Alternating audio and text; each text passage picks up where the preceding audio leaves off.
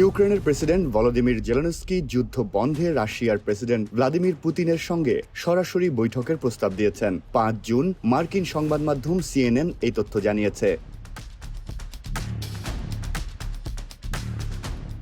খোলা চিঠির মাধ্যমে পুতিনকে বৈঠক করার আহ্বান জানান জেলেনস্কি। চিঠিতে জেলেনস্কি বলেন, আমরা সবাই দেখতে পাচ্ছি রুশ নাগরিকরা ধীরে ধীরে এই যুদ্ধকালীন বাস্তবতায় অস্বস্তি বোধ করতে শুরু করেছে। যুদ্ধ রাশিয়ার জন্য ক্রমেই আরও বেশি নেতিবাচক পরিণতি বয়ে আনছে। আপনার এই যুদ্ধের কোনো শেষ দেখা যাচ্ছে না, এটাও তারা পছন্দ করছে না। পুতিন বারবার ইউক্রেনের গুরুত্বপূর্ণ অঞ্চল দখল করে নেওয়ার নতুন সময়সীমা নির্ধারণ করেন, আবার তা খেয়াল খুশি মতো পিছিয়ে দেন, অভিযোগ করেন জেলেনস্কি। ইউক্রেন রাশিয়ার যুদ্ধ অবসানের জন্য যুক্তরাষ্ট্রের অপেক্ষায় বসে থাকার কোনো অর্থ হয় না, এমন মত দেন ইউক্রেনের নেতা।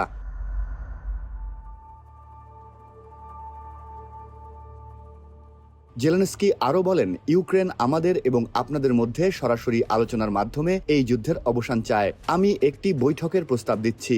তার প্রস্তাব অনুযায়ী বৈঠকটি কোনো তৃতীয় দেশে হতে পারে এবং এর জন্য নির্দিষ্ট তারিখ ঠিক করতে হবে। পাশাপাশি আলোচনার সময় পূর্ণ যুদ্ধবিরতি কার্যকর থাকতে হবে।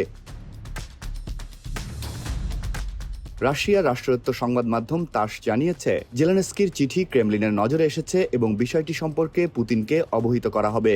ইতোমধ্যে ক্রেমলিনের মুখপাত্র দিমিত্রি পেসকভ জানান, জেলেনস্কি যদি পুতিনের সঙ্গে দেখা করতে চান তাহলে তিনি মস্কোতে আসতে পারেন।